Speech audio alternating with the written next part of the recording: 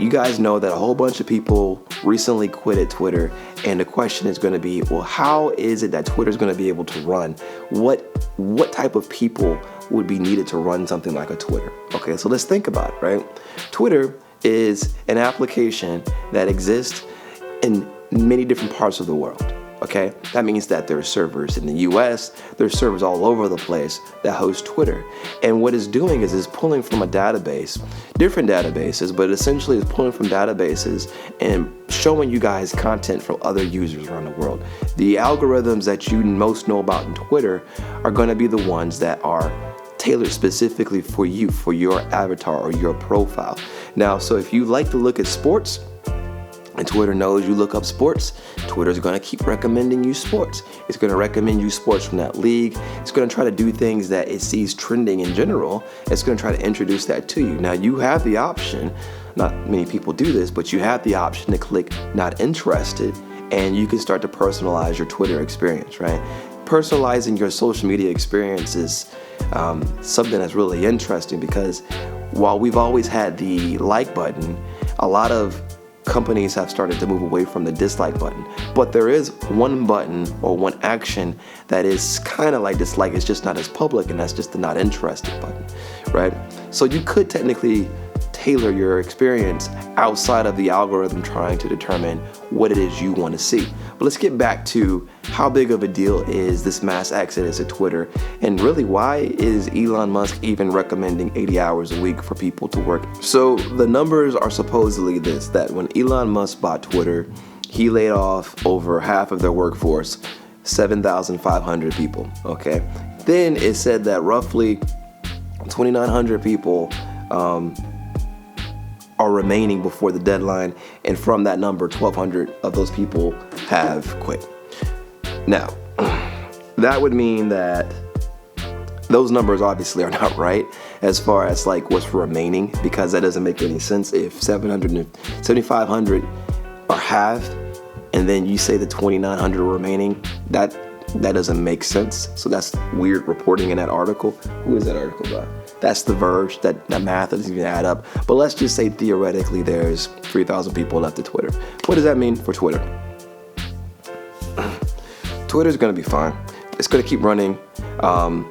The funny thing about Twitter is that something as big as that has documentation as to what the different components are needed to be, how to maintain the infrastructure.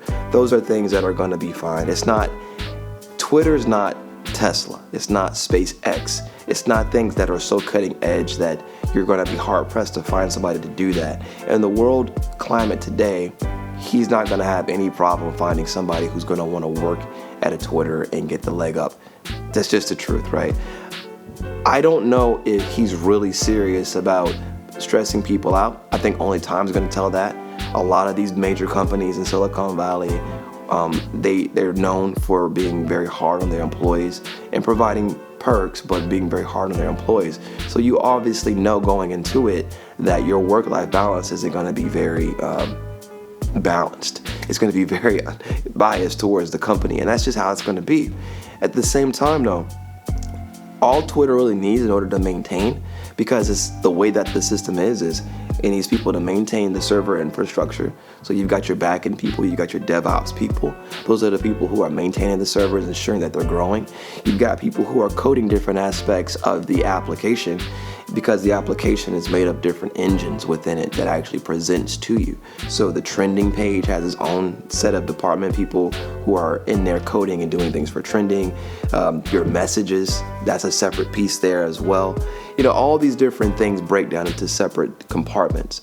And so let's just say that half of the people there, let's just say that the people who stayed are the people who are the SMEs. They're the subject matter experts. They're the ones that know everything. Chances are it's going to be totally fine, totally normal. Unless somebody attacks Twitter, unless there's something crazy going on like that, the platform's going to be totally fine. It's been around for so long that it's extremely refined. Okay, so Twitter is not going anywhere. And all this talk about Elon Musk ruining it and doing things like that, he's not really doing anything other than bringing attention to the platform. It's still going to exist. It's still going to work. And you're not going to see really any major drops from it unless somebody attacks it. If somebody attacks it, tries to hack it, okay, you could see that. But for the most part, it's going to be totally normal, totally fine. That's one of the beauties of modern technology, in that if you have something that's mature like a Twitter, it's going to be very stable. If you could imagine, or if you could rewind your brain a little bit, something as big as like a Google that swallowed up a bunch of other companies and essentially took on the second largest search engine in the world, which is YouTube. YouTube wasn't a part of Google when it first was created. That application at that point in time was a very different type of a situation.